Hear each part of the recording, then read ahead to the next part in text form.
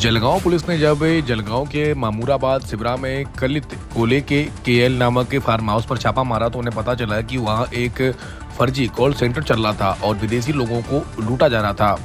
8 लोगों को गिरफ्तार कर अदालत में पेश किया गया है और उन्हें 5 दिन की पुलिस हिरासत में भेज दिया गया है। संवाददाता चंदू खरे की रिपोर्ट। चित्रजी, काय सांगाल आज जे बनावट कॉल सेंटर प्रकरणी 7 ते 8 जणांना कोर्टामध्ये आणलं होतं, नेमकं काय झालं, त्याचं पुढचं काय आहे? आज ललित विजय कोल्हे यांना व इतर आरोपींना कोर्टात हजर केले गेले। आपल्याला सगळं बेसिकली विषय माहिती आहे की त्यांच्या फार्म हाऊसवर काल पोलिसांनी रेड टाकली। रेड टाकताना त्यांचं असं म्हणणं आहे की या फार्म हाऊसला एक इल्लीगल ऑनलाईन सेंटर जो आहे तो तिथे चालू आहे आणि त्या संदर्भात काल गुन्हा दाखल झाला या सगळ्यांविरुद्ध आणि आज त्या सगळ्या आरोपींना कोर्टात हजर केलं गेलं।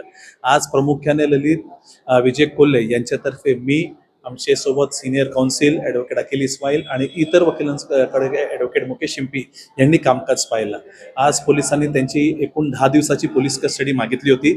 त्यात त्यांनी बरेचसे विषय समोर आणले होते की या सगळ्या आरोपींची कस्टडीची का गरज आहे।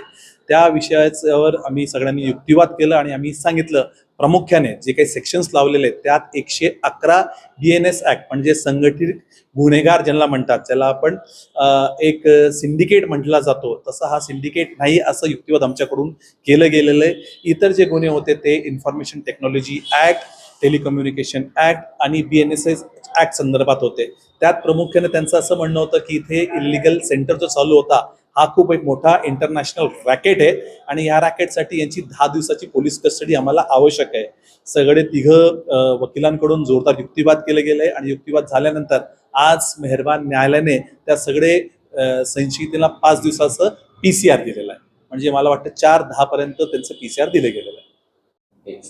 सर, काय सांगाल, एक बनावट कॉल सेंटर गुप्त माहितीच्या माहितीवर पोलिसांनी कारवाई करत खूप मोठी छापेमारी केली आहे। एक बनावट कॉल सेंटर उघडकीस आणलंय, नेमकं काय माहिती सांगा? जलगाव शहरापासून अंदाजे 3 ते 4 किलोमीटर अंतरावर एक फार्म हाऊस आहे ज्याचं नाव आहे कोल्हे फार्म हाऊस। त्या फार्म हाऊसवर काय बाहेर गावातले मुलं आलेलं आहे, तिथं राहायला लागलं आणि त्याचं पूर्ण संशयास्पद व्यवहार आहे अशा आम्हाला गुप्त माहिती प्राप्त झालं होतं। त्याच्या अनुषंगानं आमचं टीम काल त्या ठिकाणी येऊन शोध मोहीम केलं होतं। मग शोधमध्ये वेस्ट बेंगालचं राहणारे 4 मुलं तिथं सापडलं आणि त्याच्यासोबत 31 लॅपटॉप देखील तिथे सापडलं। ही सापडल्यावर तिचं सायबर सेलचं आमचं एक्सपर्ट आहे त्या ठिकाणी बोलवण्यात आलं आणि सायबर सेलचं लोकांनी सर्व बघून ही जी एक फेक कॉल सेंटर चालवत आहेत असे त्यांनी कन्फर्म माहिती प्राप्त झालं। मग त्याच्या अनुषंगानं आम्ही गुन्हा दाखल केलेला आहे आणि या गुन्ह्यामध्ये 7 लोकांना अटक करण्यात आलेलं आहे। जे अटक केलेल्या आरोपींचं नाव आहे मोहम्मद नूरी, शाहबाज आलम, साकिब आलम, मोहम्मद हशीर, राकेश अगरिया, ललित कोल्हे, नरेंद्र अगरिया असं 7 आरोपींना आम्ही अटक करण्यात आलेलं आहे। आणि ह्याचं मोडस ऑपरेंडी अशी आहे, या इथून म्हणजे VoIP मधून कॉल्स करतात जे US, कॅनडा आणि इतर फॉरेन देशातल्या राहणाऱ्या नागरिकांना आणि त्यांना अमेझॉन सर्व्हिसेस किंवा इतर कोणत्याही कंपनीच्या सर्व्हिसेस असं बहाणा सांगतात, त्यांना विश्वास संपादन करतात आणि त्यांच्याकडनं OTP आणि इतर डेटा जे प्रायव्हेट डेटा आहे ते घेतात आणि त्याच्यानंतर तिचे पैसे लुटण्याचं काम करतात आणि लुटलेले पैसे वेगवेगळ्या मार्गाने परत इथं इंडियात आणतात। अशा ह्यांचं मोडस ऑपरेंडी असतात। मग या अनुषंगानं आता 7 लोकांना अटक करण्यात आलेलं आहे। अजूनही 20 ते 22 लोक फरारी आहे। या 20 ते 22 लोकांना अटक करण्याचं आमचं टीम्स रवाना झालेलं आहे आणि लवकरात लवकर यांना अटक करूया।